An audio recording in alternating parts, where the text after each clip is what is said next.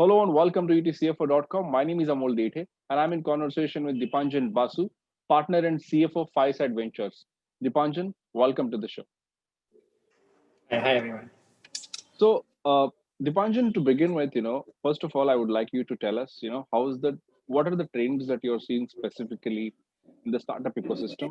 We do understand that India is emerging in the startup space, and many investors are also ready to pump in a lot of capital into startups. But at the background of pandemic, what are the changes that you are seeing right now, specifically into the startup ecosystem? Are the startups, asking for more money, or are the investors going slow on pumping into the capital into the startups? No, I think we've all gone through a very phase of very interesting times where when the pandemic and the lockdown started in March, April. So clearly there was a lot of uncertainty, a lot of doubt around how the economy is doing or will be doing.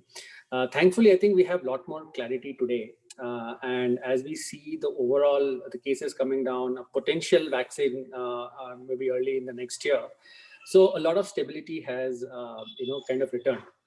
So, so what we are therefore seeing, there are two clear trends which has come out, and we are investors in consumer brands. So, a lot of our understanding and thesis would be around that space. So we are clearly seeing that one positive around the whole pandemic is that companies have become much more cash conserving.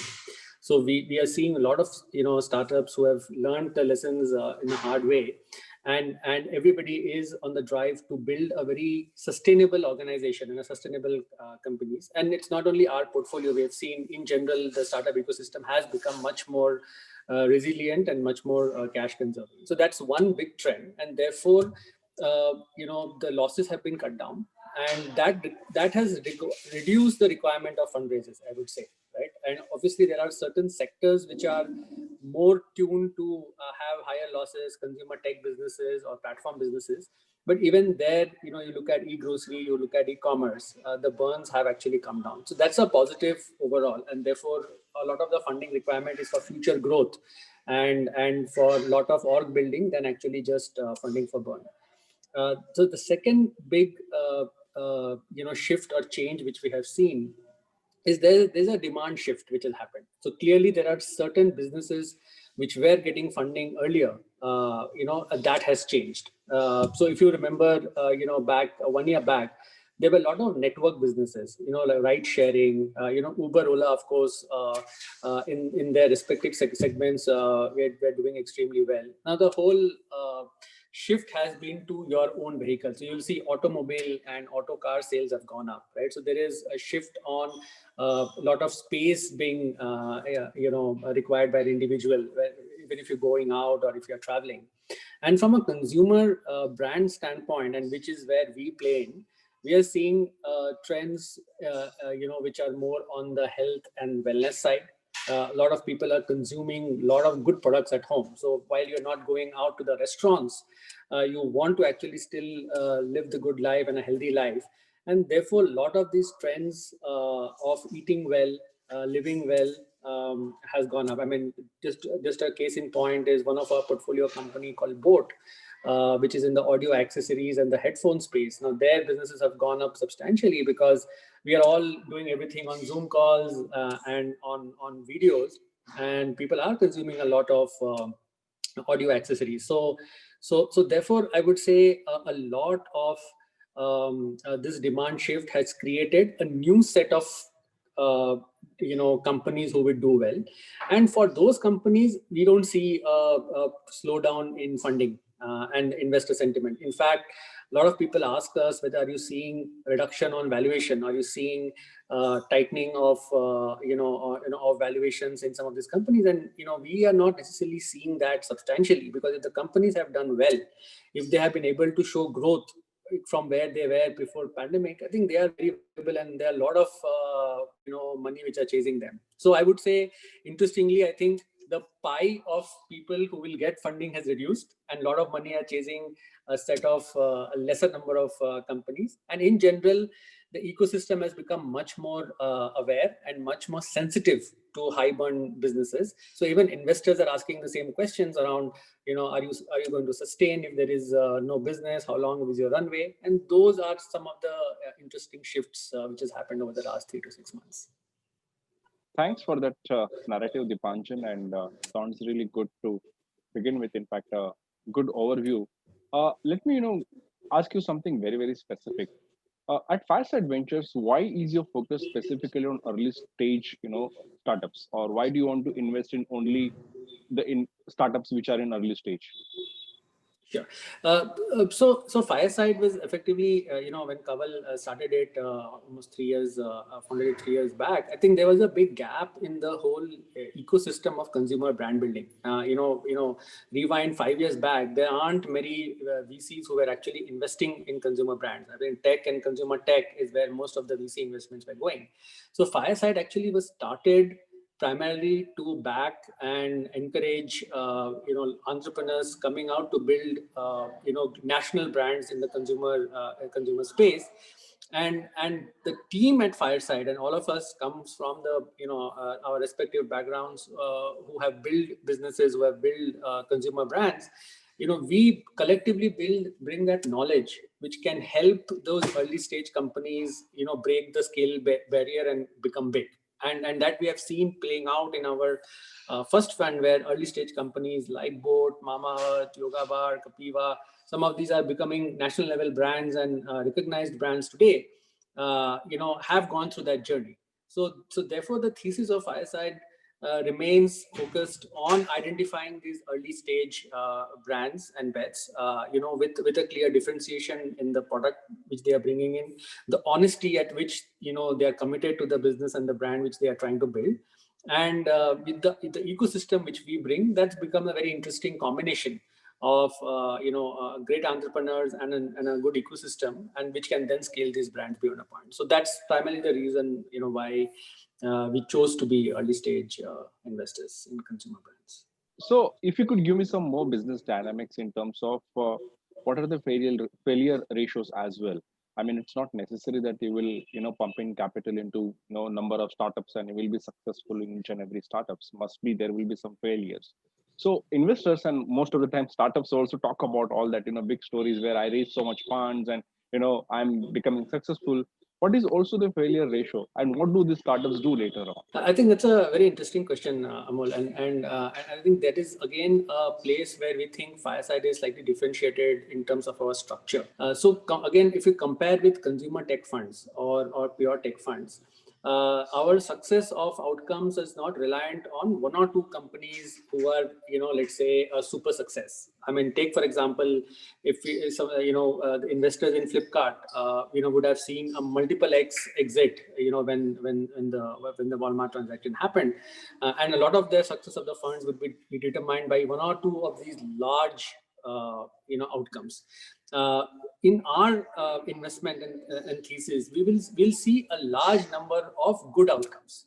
It's not reliant on 10x or 50x, and we will get some of these successes. We have in our portfolio companies who can return the fund on its own, but we also have a good set of the companies who are not necessarily those big returners, but they are the stable 4x 5x returns, and therefore a failure in our mind are companies who are not necessarily shut down or not necessarily become zero, but companies who have not been able to break the scale barrier. They get acquired, they get strategic interest because they have built something unique on their brand, on IP. And there are a couple of examples in our first fund on those as well, but where we recover the money. So we necessarily don't lose money on those, but those necessarily doesn't become a 3x or a 4x outcomes. And therefore the curve for us is very interesting. So we have few companies who are like heavy hitters and who actually can return the fund individually.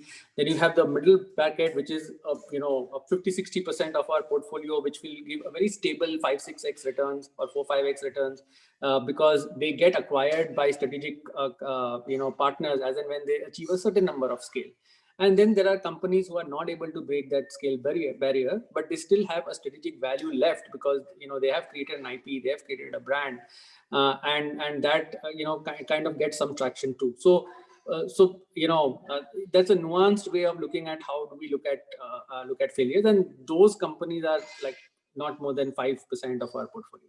Could you also give me a sense on, since, because see, I mean, we have seen a big race into startup space now. There are new companies coming up, traditional companies also coming up, family businesses are also putting lots of money into startups. So I just want to also, take a very holistic perspective on the returns that the startups provide. So, for example, if you are investing in early stage startups, what kind of returns do you expect? Maybe not immediately in a short span of 1 year, but whatever the view that you take, maybe for 3 years, 5 years, whatever, what are the return expectations that you have? So the way we have modeled, our portfolio and our expectation for our investors is that and we are a long-term fund, so we are a 10-year fund, because the cycle for consumer brands needs that time to kind of mature and get to the next stage. But given the growth we have seen in the last few years and the exit potential of these companies, we feel comfortable that post-tax 25%. IRR over a period of, let's say, 7 to 10 years, which is fairly long time, which you can, get these returns on, which translates into something like 4 to 5x of the invested capital. So that's the type of opportunity which we are seeing. Now, obviously, within that, there would be certain, nuances which I described. There'll be certain companies who will be giving more. There'll be certain companies who will be giving less. But on an average basis, that's the potential which exists today, especially given the stage which we enter. It is early. We hold meaningful ownership, and therefore allows us to have that extra time, to be able to get those returns for our investors. Okay, thanks for giving a direct, straightforward answer and not typical, the philosophical answer like startups are a growth stories and we should support them. Thank you so much, Dipanjan, for giving that very interesting answer. And allow me to ask one more question on this side. I'm a bit what you can say, intrigued and really excited to understand why there is so much rally into the startup space right now. I can understand the typical investors or the typical foreign institutional investors or some family businesses. But what I have also been seeing is that a lot of private equity players are also pumping capital into the startups. What is actually so lucrative, which the startups, which the private equity players are finding specifically in the startups? So I would probably give the answer more in the context of consumer Sure. and what we are seeing in the. I'm sure similar stories playing out on the tech side as well, but essentially on the consumer side, as I was saying, there are new trends which has come out over the last 4-5 years, and the success of e-commerce in India has actually disintermediated the whole distribution, which was an entry barrier for a lot of consumer brands and consumer businesses in the past. So if you think about disruption in 3-4 areas, distribution through e-commerce, digital marketing through what today a Facebook, Instagram, and some of these large social media companies are able to give to newer companies, and even on the logistics and supply chain, that ecosystem has grown tremendously. And these are the building blocks of any good company, which is your distribution, manufacturing. There are reforms going on in manufacturing. So the ease of doing and starting a business and scaling it, these barriers have kind of come down over the last 4-5 years, right?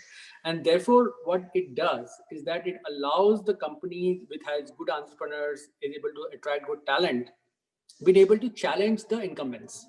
And therefore, the large companies, be it in the consumer brand space or in the logistics space, they continuously struggle with the size and scale of their businesses. And the rate of innovation which happens in those companies sometimes becomes a roadblock for them. So these startups and these companies clearly pose an alternate way of doing businesses, the alternate channel of innovation and growth, which becomes exciting for any investor, because potentially these are the Unilevers and P&Gs of tomorrow, right? We haven't seen companies who are becoming that big, which are homegrown and in India, but clearly there are signs, and there are multiple companies, not only in our portfolio, but in each of the segment. I mean, you think about the whole, the fresh meat deliveries, businesses. It didn't exist 4-5 years back, right?